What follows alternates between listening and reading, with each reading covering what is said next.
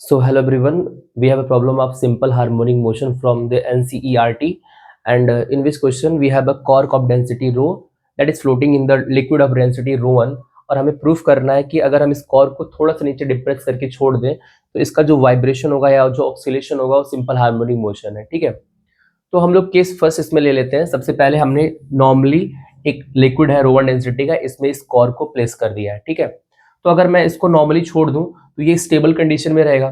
ठीक, तो हम इस पर नेट फोर्स का कंडीशन बनाने वाले हैं।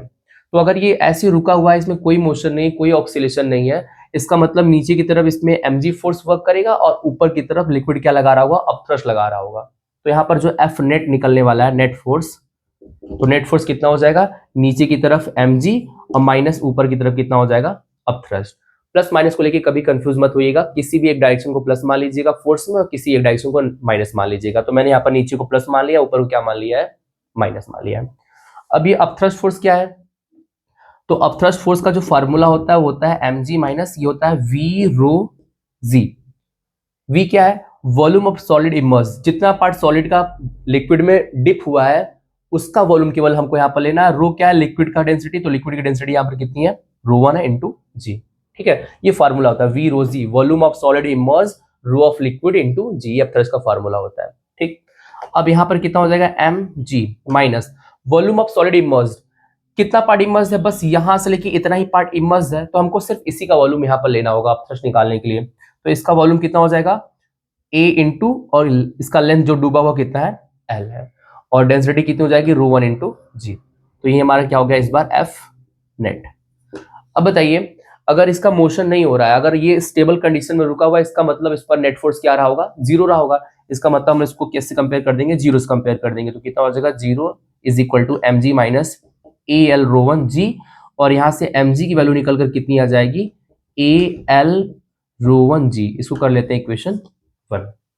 ठीक है, नेट फोर्स क्यों जीरो हो गया, क्योंकि स्टेबल कंडीशन में है, इसका मतलब टोटल जितना फोर्स लगा होगा सबका वेक्टर सम क्या आने वाला है, जीरो आने वाला है। तो मैंने जितने फोर्सेस लगे थे with the direction plus minus लेते हुए एफ नेट से कंपेयर करके एफ नेट को जीरो कर लिया। ठीक, अब ध्यान सोचिए, अगर मैं इसको यहां से नीचे की तरफ प्रेस करूं, मतलब जो कॉर्क है उसको अगर मैं नीचे की तरफ प्रेस करके छोड़ूं, तो आपको पता है कि इस बार नेट फोर्स जीरो नहीं होने वाला है। क्यों, क्योंकि आप उसको प्रेस करके छोड़ेंगे तो वो ऑक्सीलेट करना शुरू कर देगा।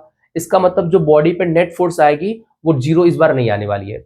चलिए हम लोग मान लेते हैं कि हमने कॉर्क को नीचे की तरफ स्मॉल डिस्टेंस y से क्या किया है, प्रेस किया है। तो वो भी फिगर हम लोग बना लेते हैं।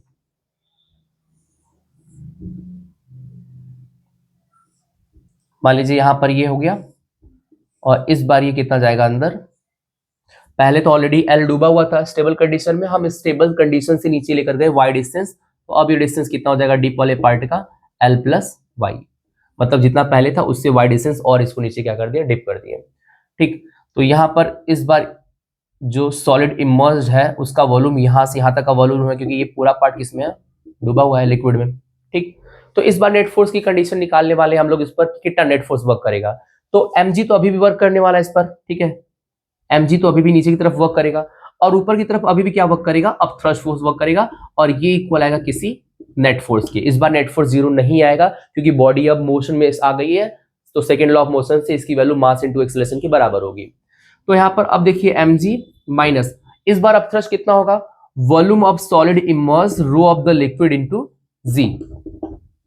ठीक है, तो हो जाएगा mg minus volume of solid immerse, अब कितना पार्ट डूबा हुआ है, तो इस बार लेंथ कितना हो गया, L प्लस वाई, और क्रॉस सेक्शन तो अभी भी हमारा क्या है, A ही रहेगा, क्योंकि उसको हम चाहे जितना भी डिप करें क्रॉस सेक्शन बदलने वाला नहीं है। तो वॉल्यूम हो जाएगा इसका A into l plus y, इस बार वॉल्यूम ये आने वाला है, और यहाँ पर density rho 1 into g equal to f net.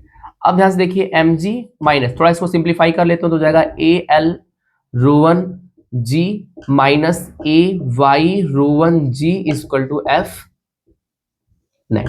ठीक, अब आप इक्वेशन 1 से देखिए कि ए एल रो 1 जी की वैल्यू mg के बराबर है, इसका मतलब A L rho 1 ji mg के बराबर है, और ये प्लस माइनस दोनों साइड अपोजिट है, दोनों क्या हो जाएंगे, कैंसिल आउट हो जाएंगे, और यहां से आपका एफ नेट का जो वैल्यू निकल कर आएगा वो कितना आएगा, माइनस ए वाई रो 1 जी। इसको कर लीजिए इक्वेशन 2।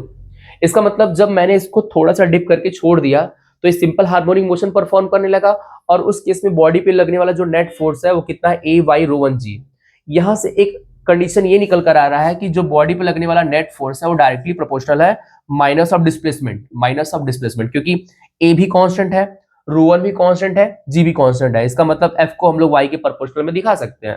तो f is directly proportional to minus y, और यहीं से ये चीज प्रूफ हो जाती है कि जो ऑक्सीलेशन है वो कैसा है, वो सिंपल हार्मोनिक है। यही सिंपल हार्मोनिक मोशन होने का कंडीशन होता है कि बॉडी पे वर्क करने वाला जो रिस्टोरिंग फोर्स है या जो नेट फोर्स है वो डिस्प्लेसमेंट के डायरेक्टली प्रोपोर्शनल होता है विद द माइनस साइन। ठीक, तो यहां से एक कंडीशन प्रूफ हो गया कि मोशन कैसा है, सिंपल हार्मोनिक। अभी दूसरी चीज बाकी है कि हमको उसका टाइम पीरियड भी निकालना है कि अगर सिंपल हार्मोनिक मोशन परफॉर्म कर रहा है तो उसका टाइम पीरियड कितना आएगा। तो सिंपल हार्मोनिक मोशन में जो टाइम पीरियड का फार्मूला होता है T equal to 2 pi under root M by k, जहां पर के क्या है, फोर्स कांस्टेंट। तो आपको पता है कि फोर्स का फार्मूला होता है माइनस के इंटू वाई। यही तो होता है सिंपल हार्मोनिक मोशन में कि जो रिस्टोरिंग फोर्स एफ होता है वो माइनस के वाई के इक्वल होता है। तो इसको कर लेते हैं इक्वेशन 3। तो यहाँ पर जो एफ नेट है जो माइनस के वाई है, और हमने ऑलरेडी एक बार एफ नेट निकाला है माइनस ए वाई ρ1 जी। तो यहाँ से दोनों कंपेयर करिए राइट हैंड साइड को और के की वैल्यू फाइंड आउट कर लीजिए। तो यहाँ से आपकी के की जो वैल्यू निकल कर आएगी वो कितनी निकल कर आएगी, वो निकल कर आएगी ए ρ1 जी। ये हो गया हमारा इक्वेशन 4। अब कुछ नहीं करना है, बस इसी के की वैल्यू को टाइम पीरियड के फार्मूला में आप लोग पुट कर लीजिए। तो टी इक्वल टू कितना हो जाएगा, T equal to 2 pi under root M by K, that will be equal to T equal to 2 pi mass upon K की वैल्यू कितनी हो जाएगी, ए ρ1 जी। ठीक है, लेकिन यहाँ पर देखिए जो हमारा क्वेश्चन हमको प्रूफ कर रहा है उसमें थोड़ा सा वैल्यू डिफरेंट आया हुआ है। तो ये मास ऑफ कॉर्क है, इसको हम लोग डेंसिटी के टर्म में लिख लेंगे। तो आपको पता है डेंसिटी का फॉर्मूला क्या होता है, मास बाई वॉल्यूम। तो मास कितना हो जाएगा, डेंसिटी इंटू वॉल्यूम। तो T equal to 2 pi under root density into volume upon A ρ1 G. ठीक है, तो डेंसिटी तो रो होगी, और कॉर का जो वॉल्यूम है, हम यहाँ पर पूरे कॉर का वॉल्यूम की बात कर रहे हैं, तो पूरे कॉर का वॉल्यूम कितना होगा, height into cross sectional area. तो कितना हो जाएगा, ए इंटू एच अपान कितना हो जाएगा, ए ρ1 जी। और इसको सिंप्लीफाई कर लेंगे, मैं इधर लिख दे रहा हूं। तो टी की वैल्यू कितनी आ जाएगी, T equal to 2 pi root over, अब यहां से ए से कैंसिल हो जाएगा, तो ये बच जाएगा आपका रो एच, या फिर इसको एच रो लिख लेते हैं जैसे हमारे क्वेश्चन में दिया गया है, एच रो अपान ρ1 जी। तो यहां से हमने प्रूफ कर दिया टाइम पीरियड की वैल्यू। देखिए अगर कहीं भी आपको सिंपल हार्मोनिक मोशन प्रूफ करना है किसी भी क्वेश्चन में, अभी आपको यूट्यूब का एक क्वेश्चन आएगा, यहाँ तो कॉर का मैंने करा दिया, सिंपल पेंडुलम का क्वेश्चन आएगा, वहां पर क्वेश्चन में यही सबसे इंपॉर्टेंट होता है कि जो फोर्स है वो डिस्प्लेसमेंट के डायरेक्टली प्रोपोर्शनल है विद द माइनस साइन। तो यहां से जहां भी आपने ये चीज प्रूफ कर दिया तो आपने सिंपल हार्मोनिक मोशन वहां से प्रूफ कर लिया। ठीक है, और बाकी टाइम पीरियड निकालने के लिए हमारे पास ऑलरेडी फार्मूला है ही, उसमें पुट करके हमने यहाँ पर टाइम पीरियड कैलकुलेट कर लिया। तो यहाँ पर एक प्रॉब्लम हमने कैलकुलेट किया है, सॉल्व किया है। अगर आपको नहीं समझ में आया तो दोबारा से वीडियो को देखिए, और अब घर जाइए और घर पर अपने और क्वेश्चन जो है वो क्वेश्चन खुद से ट्राई करिए आप लोग, जो आपके बुक्स में दिए हैं इसी फार्मूले पर।